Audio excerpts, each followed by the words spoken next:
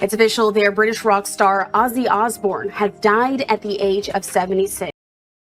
He sat beneath the stage lights, not in front of thousands, but entirely alone. His body, once wild with energy and fury, now still. The spotlight didn't roar, it hummed quietly, as if afraid to interrupt his silence. No cheering crowd, no flashing lights, no chaotic riffs or shrieking guitars, just him and the dark. Ozzy Osbourne, once the loudest voice in rock, the man who turned madness into music, was sitting in silence for the very last time. A few weeks later, the world would learn what the quiet already knew. Ozzy was gone, dead at 76. And yet, that night wasn't about death. It was about truth.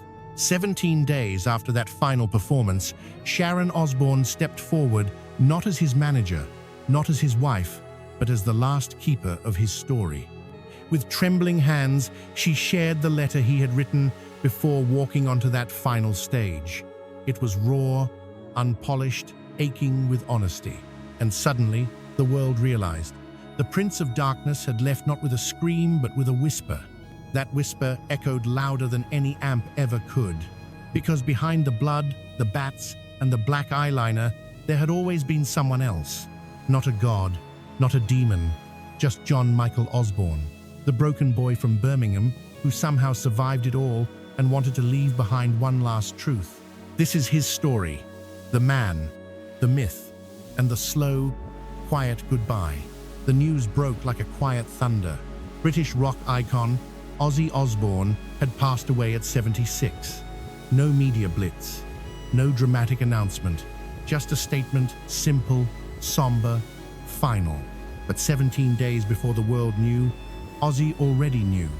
He had felt it in his bones, in the way his body no longer responded like it used to, in the silences that followed the screams. That final performance wasn't just a show, it was a ceremony, a farewell, a man stepping out of his legend and into his mortality. Sharon knew too. She had watched his body change his walk, once a strut, now a shuffle. His eyes, once wild and wicked, now tired but tender.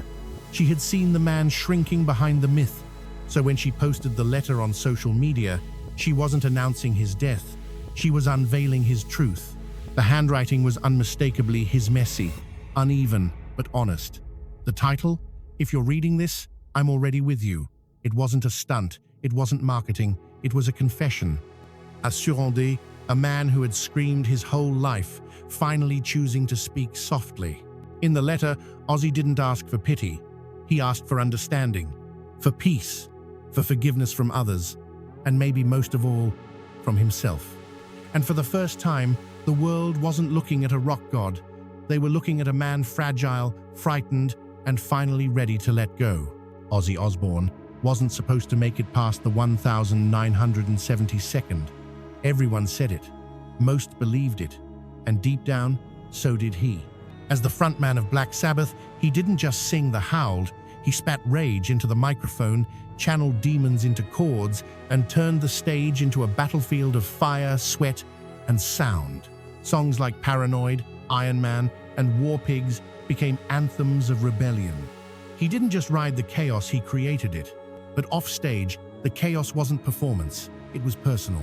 Arrests, fights, overdoses. He lived on a razor's edge, and every morning he woke up felt like a statistical error. "I should have died 1,000 times," he once said, and no one doubted it.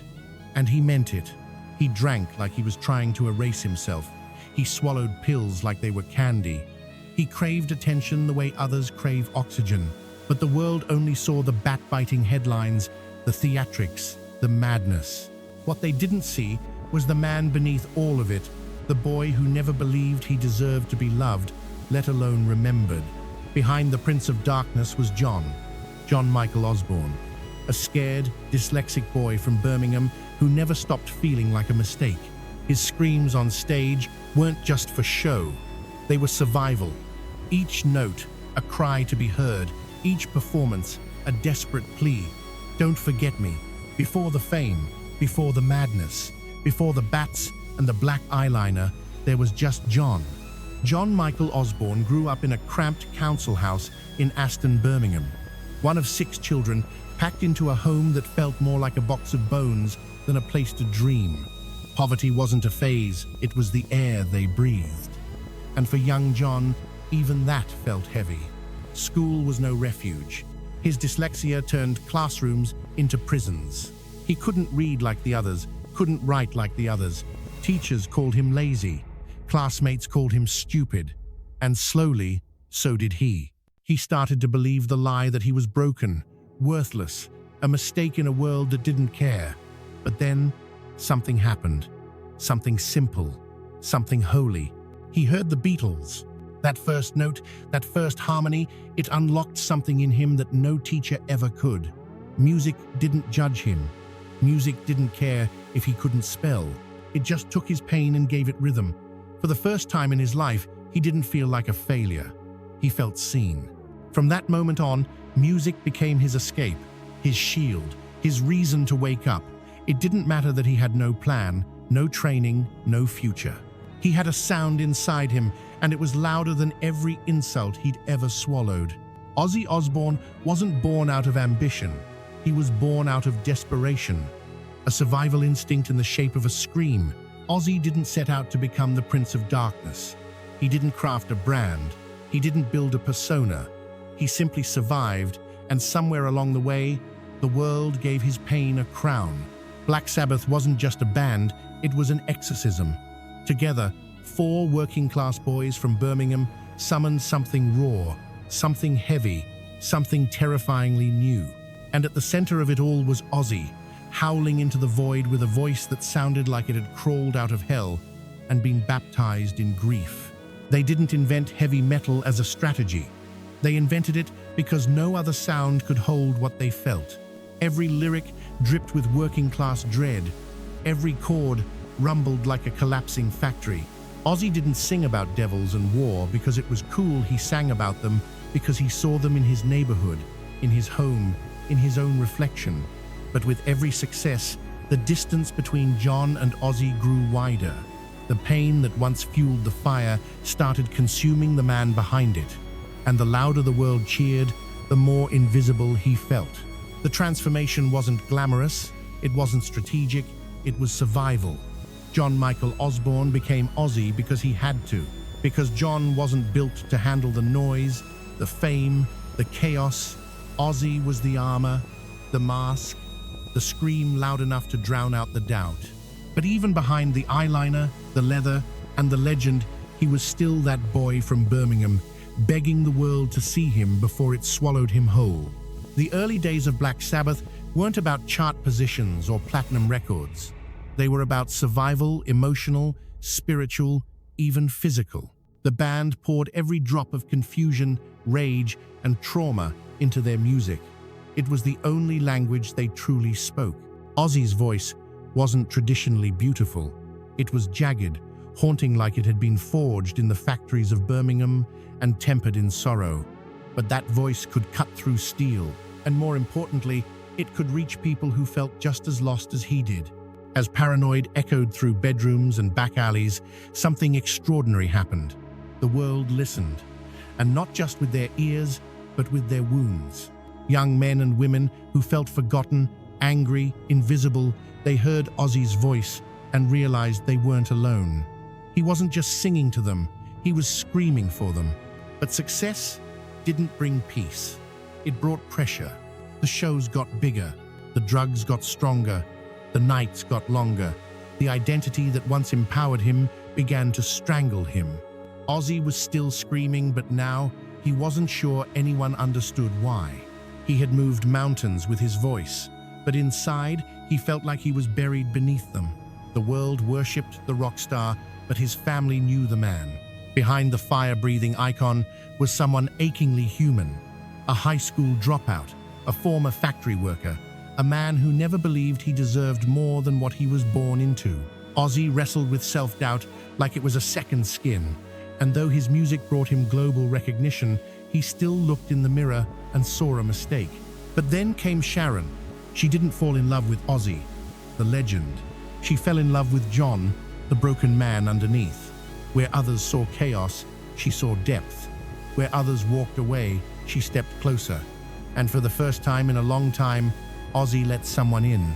Sharon became his lifeline, his manager, his protector, his fiercest defender, and sometimes his last line of defense against himself. Their relationship wasn't clean or easy. It was volcanic, wild, sometimes heartbreaking, but it was real. Ozzy once said, "Without Sharon, I'd be dead." And no one doubted that. She anchored him in a world where he was always drifting.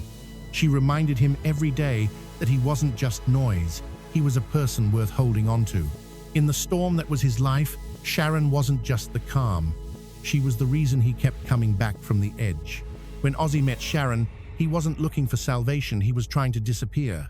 Drowning in a haze of drugs, lawsuits, and self-destruction, he'd been fired from Black Sabbath, dismissed by the world, and written off by everyone who once believed in him. But Sharon didn't look away. She saw the man beneath the mess. Their love wasn't sweet, it was seismic. Two storms colliding. But through the screaming matches and reconciliations, through the broken bottles and broken promises, Sharon stayed. Not because it was easy, but because she believed in who he could be, even when he didn't. She wasn't just a wife. She was the architect of his second act. Under her guidance, Ozzy's solo career exploded. Crazy Train, Mr. Crowley, Bark at the Moon songs that redefined him not just as a survivor, but as a force of his own. But even with platinum records and sold-out tours, the chaos didn't stop. It just evolved. Their home was a war zone and a sanctuary. Sharon was both nurse and general, mending wounds while strategizing the next move. Ozzy tested her patience, her loyalty, her very soul, and yet she never walked away. Together, they built an empire on ashes. Together, they created a family amid the fallout. And through it all, Sharon never tried to fix Ozzy. She just kept reminding him that he was worth loving, even when he couldn't love himself. By the early 2002, the world had seen Ozzy the rock god, the wild man, the myth, but they had never seen him like this. Then came the Osbournes, a reality television show that flipped the script, gone were the leather capes and fire-belching performances. In their place, fuzzy slippers, mumbling conversations, barking dogs, and a bewildered father trying to work the remote. Millions tuned in, expecting chaos, and they got it, but not the kind they anticipated. What they saw was something infinitely more disarming: vulnerability. Ozzy wasn't playing a role, he wasn't performing, he was just trying to figure out how to work the damn toaster. He cursed too much, he stumbled through his own sentences, he got lost in his own house. And yet, people adored him more than ever. Because for the first time, he wasn't hidden behind pyrotechnics and stage smoke. He was just a dad, a husband, a confused man trying to navigate a world that moved too fast for him. The show was messy, raw, real. But it made Ozzy feel more human than ever before. And as the cameras rolled, something tragic and beautiful unfolded. The same man who once commanded stadiums now struggled with simple tasks, and the world watched in silence, not judgment, not laughing at him, but crying with him. Because behind the slurred words and stumbling steps, people saw something they never expected: themselves. The world thought they were watching a reality show, but in truth, they were witnessing a slow unraveling, a man gradually slipping away from the stage, from clarity, from himself. What began as quirky forgetfulness, losing his place in a sentence, fumbling with the television remote, soon turned into something darker. Falls became more frequent. His body, once the engine of rock-and-roll rebellion, started to betray him in public, for everyone to see. At first, it was easy to write it off. Age, clumsiness, a lifetime of hard living catching up. But for those who truly paid attention, the signs were there, pulsing underneath every moment of confusion. Ozzy's hands trembled more. His gait became unsure. His mind wandered longer. The rock star who once leapt from stage scaffolding like a wild animal now needed help walking down a hallway. The man who screamed over roaring guitars now struggled to remember words in the middle of a sentence. And yet, he never hid. He let the cameras keep rolling. He let the world see what it looked like to age, to falter, to be afraid. Not for sympathy, not for drama, but maybe for honesty. It was heartbreaking, it was intimate, and in some strange way, it was brave. Because showing the fall takes more courage than showing the rise. The truth had been whispering for years, but no one wanted to hear it. Not Ozzy, not his fans, not even Sharon. The shaking hands, probably just nerves. The slurred speech, decades of hard partying.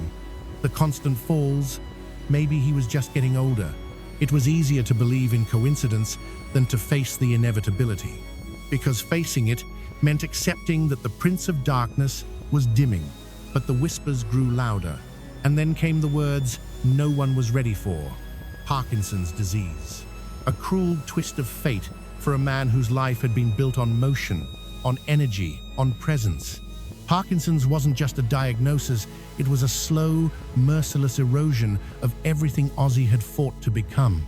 The man who had once dominated arenas now struggled to climb stairs. The voice that had shaken generations now quivered, just trying to say good morning. It was a cosmic punchline, a performer losing control of the very instrument that had made him legendary, his body. For Sharon, it was like watching him fade in real time. And for Ozzy, it was like being trapped inside his own skin, alive, alert, and slowly disappearing. Still, he refused to vanish quietly. Even as the disease advanced, he kept showing up, kept speaking out, kept performing when he could. Because if he was going to go down, it would be on his terms, not in silence, not in shame, and never in surrender.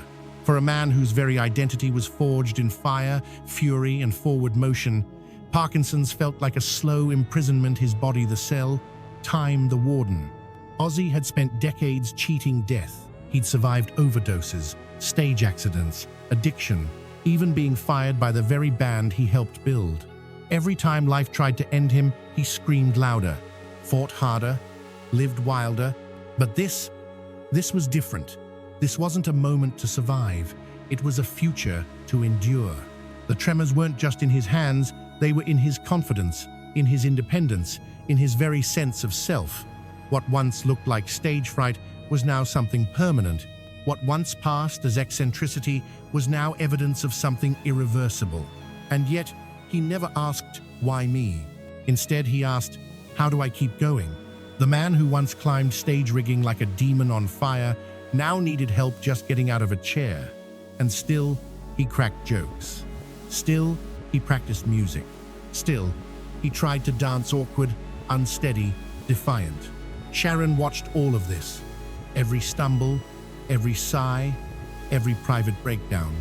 And still, she stood beside him, not just as a wife, but as a mirror, reflecting back the version of himself he thought he'd lost. Together, they faced each humiliating moment with grit and dark humor. And privately, they began to prepare for the one reality they'd both avoided, that Ozzy wouldn't be able to keep performing forever. But how does a man like Ozzy say goodbye? There comes a moment in every warrior's life when the sword feels too heavy to lift, but they grip it anyway, out of muscle memory, pride, or the refusal to give up. For Ozzy, that moment lasted years. He wasn't just battling Parkinson's, he was battling time. Spinal surgeries, near-fatal infections, falls that could have paralyzed anyone else. Procedures that would have ended most men, but not Ozzy. He didn't just endure, he fought. With painkillers coursing through his veins, with metal plates fused to his spine, he kept going, crawling when he couldn't walk, rehearsing even when his voice cracked, showing up when every cell in his body begged him not to. Doctors warned him, Sharon begged him to slow down, but he refused to surrender. He wasn't chasing fame anymore. He was chasing dignity, closure, the right to write his own final chapter. Each setback was met with another comeback, another operation, another chance. But even the strongest fighters start to see the truth in the silence between battles. Behind the scenes, he and Sharon began having the conversations they'd avoided for years. Not about if the end would come, but how. Would he slowly fade out, cancel tours, step back, disappear? Or would he face it head on? One last moment, one last scream, one last goodbye. The question was no longer whether he could keep going. It was whether he could stop and still be Ozzy. Behind the smiles and sarcastic jokes, Ozzy and Sharon were preparing for something unspeakably heavy, the final act. Not in the theatrical sense, not with pyro and fireworks, but a real goodbye. One that would honor not just the legend, but the man behind it. The question was, how do you say farewell to a world that never stopped watching? Rumors began swirling. Would Ozzy return to the stage one last time? Was there a secret show in the works? Whispers flickered through fan forums, through cryptic tweets, through word of mouth in Birmingham pubs. And then it happened. Not with a bang, but with a whisper. A private announcement, quietly released, almost shy. No press tour, no PR machine. Just a message to those who needed to know there will be one more performance, one more night, one last time. The venue, not a stadium, not a global broadcast, but a small, intimate place back in Birmingham, the city where it all began. The city that raised him, broke him, and built him again. There would be no phones, no cameras, just presence, reverence, silence. And Sharon would be there not as a manager or a co-star, but as the woman who had walked beside him through every war he ever fought. This wouldn't be a concert, it would be a reckoning. And Ozzy knew when he stepped onto that stage, it wouldn't just be to perform, it would be to say goodbye. The night of the show arrived like a secret ritual. No headlines, no interviews, just whispers passed from fan to fan, like coordinates to a hidden sanctuary. The venue was small, sacred, a world away from the massive arenas Ozzy had once ruled. And that was exactly the point. This wasn't about spectacle, this wasn't about fame, this was about coming home to the place where it all began, and perhaps where it was always meant to end. Fans interred quietly. No phones, no flashes, just the weight of knowing they were about to witness something that would never happen again. Many were already crying before the lights even dimmed. And then he appeared, not in a cape, not in makeup, not in character, just Ozzy. He didn't run. He didn't leap. He walked slowly, carefully arm in arm with Sharon, who steadied him like she always had. And when he reached the mic, he didn't scream. He spoke. He talked about missed birthdays, about addiction, about the madness he never asked for, and the love that somehow kept him from disappearing. There was no bravado, just heartbreak, honesty, grace. The set list was stripped down, acoustic, every chord softer, every lyric heavier. "Mama, I'm coming home" hit like a prayer, and as he sang it, really sang it, many in the crowd wept openly. He wasn't singing to fans, he was singing to family, to friends long gone, to the boy he used to be, to the man he had finally become. And when the last note faded, no one cheered. They just stood there, crying, as if applause would break the spell, because that night wasn't a concert. It was a funeral in disguise. 17 days after that final show, the world was still grieving quietly, collectively, as if speaking too loudly might undo the magic of that night. And then, Sharon posted a photo. No caption, no explanation, just a worn, folded piece of paper resting on a nightstand. It was titled simply, "If you're reading this, I'm already with you." The letter was handwritten, raw, uneven, filled with crossouts and smudges, but every word was his. Every line, a wound turned into truth. He addressed it to everyone. To his children, with apologies for the birthdays he missed and the demons he couldn't always fight off. To Sharon, for loving him through every version of himself, especially the worst ones. And to his fans, who didn't just cheer him on, but saved him over and over by believing he was worth saving. "I don't want to be remembered for the bat," he wrote. "I want to be remembered for surviving myself." He thanked Tony Iommi, the guitarist who believed in a lost boy with a broken voice. He honored Randy Rhoads, whose guitar became his compass through chaos. He admitted to sleepless nights spent thinking about the people he'd hurt, the time he'd wasted, the chances he'd thrown away. But the letter wasn't just regret. It was also gratitude for the forgiveness he didn't deserve, but somehow received, for the love he never asked for but found, for Sharon, for his kids, for the audience who never stopped listening even when he stopped making sense. It wasn't perfect, but it was real. It was Ozzy, stripped of stage and spotlight, whispering one final truth into the darkness. Long before that final show in Birmingham, while the world speculated and the cameras blinked away, Ozzy had been quietly working on something else, a secret project, a final gift. It wasn't a comeback. It wasn't a publicity stunt. It was a goodbye written in sound. The album was called The Last Scream, and it was unlike anything he'd ever made. Gone were the roaring guitars and thunderous drums. In their place, stillness, piano, quiet reflection. This wasn't metal, it was memory.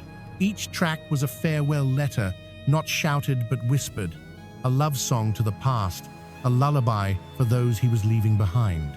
Tony Iommi returned for one last haunting riff. Elton John laid down a melody so soft, it felt like a prayer.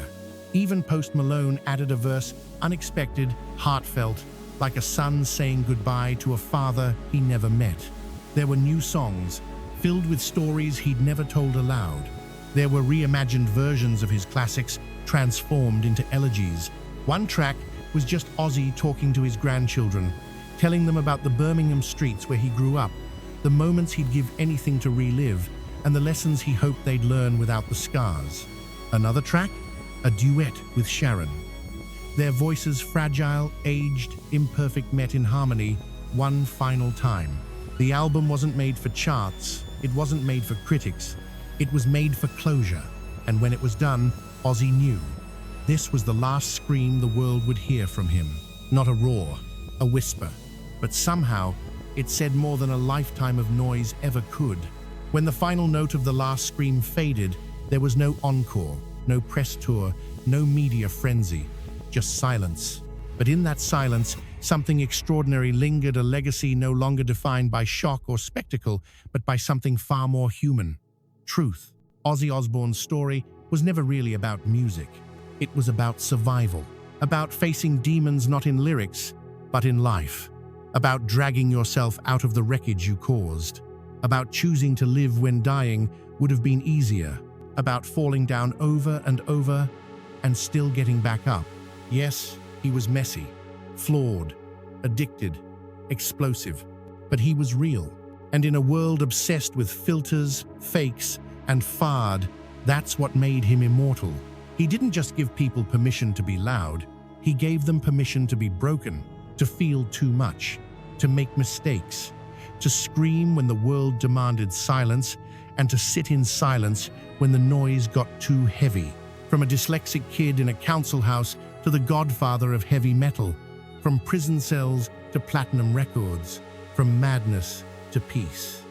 Ozzy didn't just live, he endured, and then, when the time came, he let go, beautifully. Ozzy Osbourne didn't just shatter boundaries in music, he shattered the idea that broken people couldn't become legends. His legacy isn't a guitar riff or a screaming chorus. It's the message that you can survive yourself, even when the world and your own past tells you that you shouldn't. He taught us that identity is fluid, that a man can be both a monster and a father, both an addict and a teacher, both lost and deeply, achingly human. It's easy to remember the theatrics, the bat, the biting, the blackout years. But those were symptoms, not the story. The story was always John Michael Osbourne, the boy who never fit in, the man who never gave up, and the legend who used his pain to build bridges between misfits everywhere. His final message wasn't a performance, it was a permission slip.